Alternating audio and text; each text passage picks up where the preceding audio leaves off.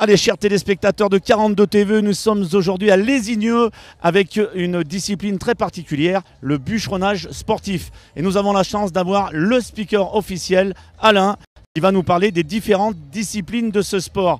Alain, bonjour. Alors vous êtes aujourd'hui en représentation dans la Loire. Vous êtes speaker officiel de ces différentes disciplines du bûcheronnage sportif. Le bûcheronnage sportif, c'est quoi ? Alors bonjour déjà à tous les téléspectateurs de la chaîne 42. Et puis le bûcheronnage sportif, eh bien c'est de la vitesse dans le bois. Nous on fait de la rapidité, il faut essayer de couper le plus vite possible à l'aide des outils traditionnels du bûcheronnage, la hache, le passe-partout, la tronçonneuse. Go! Allez! C'est lancé, vous pouvez faire un peu de bruit pour les encourager, allez, allez!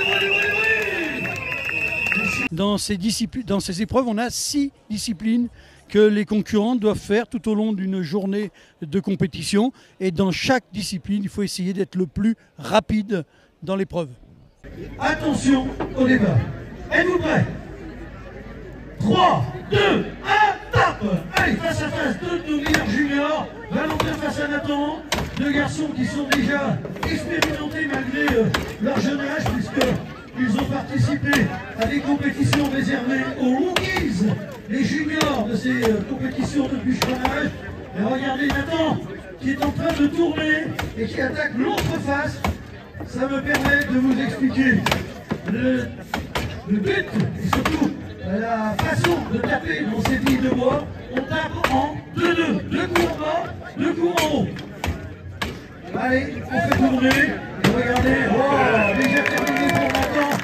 Alors on a dans votre équipe, dans le team qui est présent aujourd'hui, un multi-champion de France, 6 fois champion de France. C'est une équipe que vous avez l'habitude d'accompagner ? Voilà, alors aujourd'hui à Lézigneux, je suis avec le Gilles Axemen Club du Gine. Et le patron du club du Gine, c'est Gilles Giguet, qui est un garçon qui est 6 fois champion de France. C'est lui qui a introduit ces coupes de bois de vitesse en France avec l'aide de la grande marque de tronçonneuse que je ne sais pas si on peut citer. Donc on peut, c'est la marque Steel qui a introduit ces coupes de bois de vitesse sportive. Et Gilles était un des pionniers. Il a installé les coupes en France et il a formé des tas de jeunes qui depuis se sont succédés. Et on a une génération aujourd'hui qui arrive à maturité avec de très très bons sportifs. Et Gilles est toujours là, il encadre et il tape encore un peu.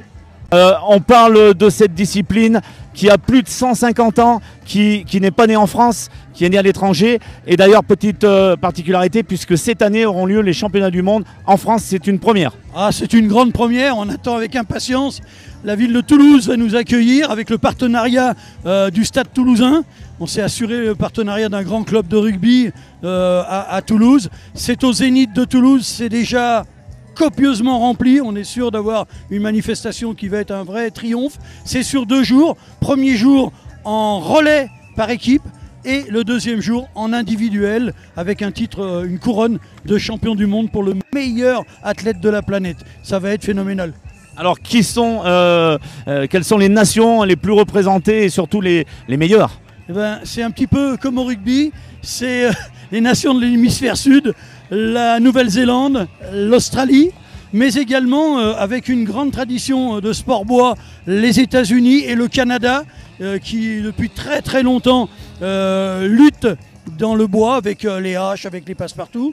Et puis eh bien l'Europe est venue un tout petit peu plus tard, puisque nous on est rentré en compétition que dans les années 1980, mais on a refait notre retard et depuis on a des nations qui sont très très accros à ces sports de bûcheronnage, la République tchèque, l'Allemagne, la Suisse, toutes les nations de l'Est, Pologne, etc. Et puis côté occidental, la France se débrouille bien. On a une très bonne équipe de France et on croise les doigts pour qu'à Toulouse, elle nous fasse un bel exploit. Un beau résultat. On l'a dit, même si les hommes prédominent dans cette discipline, il y a aussi des femmes. Exactement, les femmes s'y sont mises. Et à l'étranger depuis longtemps, avec de très très bonnes championnes aux États-Unis, au Canada. Mais en Europe, on y vient progressivement. Les Allemandes, les Hollandaises sont devenues très performantes. Et en France, malheureusement, on a un peu le parent pauvre. On a des jeunes filles qui commencent à s'entraîner et à s'y mettre. On a bon espoir que très rapidement, elles rejoignent les autres nations. Eh ben, merci beaucoup. Dans un instant, on vous présentera les différents outils, ustensiles. Vous l'avez entendu, il y a des haches, mais il y a également des tronçonneuses. On utilise des outils fabuleux, des tronçonneuses prototypes fabriquées pour les compétitions de bûcheronnage, pour une des 6 disciplines, l'épreuve dite de haute saut, tronçonneuse chaude. Pourquoi tronçonneuse chaude? Eh bien parce que les machines fabriquées à base de moteurs de kart, de moto ou d'ULM ne sont pas refroidies, ni par eau, ni par air. Dans la chambre à eau de ces moteurs de kart, on a mis l'huile qui sert à graisser la chaîne de la tronçonneuse. Donc pas du tout de refroidissement. C'est une machine qui est très rapidement bouillante lorsque on traîne un peu trop à couper avec. Bon, la plupart des grands sportifs savent s'en servir. Celle que vous avez sous les yeux, c'est à base d'un moteur de kart, moteur Rotax. Elle pèse environ 30 kg. Et grâce au changement de motorisation, en passant sur la tronçonneuse qui est juste à côté de moi à gauche, eh bien, on passe sur un moteur à piston rotatif, un moteur d'ULM. Et les ULM, c'est fait pour s'envoler. On a donc un moteur beaucoup plus léger, 6 kg de moins sur le poids total. Et on passe de 30 kg à 24 kg, beaucoup plus maniable, plus puissante. Si l'on faisait 325 cm3 pour 66 chevaux, celle-là fait 82 chevaux pour 325 cm3. C'est une petite merveille avec un moteur à piston rotatif. Merveille de la technologie. C'est la machine la plus prisée par les compétiteurs. Elle fait un très joli bruit d'avion au démarrage.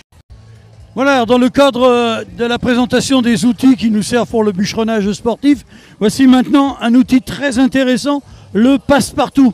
Le passe-partout, c'est un outil très ancien qui se manœuvrait à deux, avec une poignée à chaque extrémité. Mais nous, le sport est individuel. Donc la deuxième poignée, on n'en a pas besoin. Elle a été démontée pour une utilisation individuelle, très affûtée, qui coupe merveilleusement bien le bois.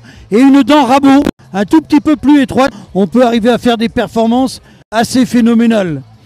Un outil comme celui-là coûte environ 2500 € pièce. Il faut 2 ans pour en obtenir un, parce qu'il y a très peu de constructeurs dans le monde capables de fabriquer des outils comme celui-là. Et pour ne pas l'abîmer, puisque les dents sont extrêmement sensibles, on utilise dans les compétitions un bois très spécial, le pin Weymouth, un pin blanc qui a très peu de résine et pas du tout de nœuds. Les nœuds, ce sont ces départs de branches qui abîment les dents des passe-partout. Dans le pin Weymouth, il n'y en a pas. Et donc ça permet de réaliser de belles coupes sans abîmer ces passe-partout très fragiles. 3, 2, 1, tape! C'est parti, c'est lancé! Avec...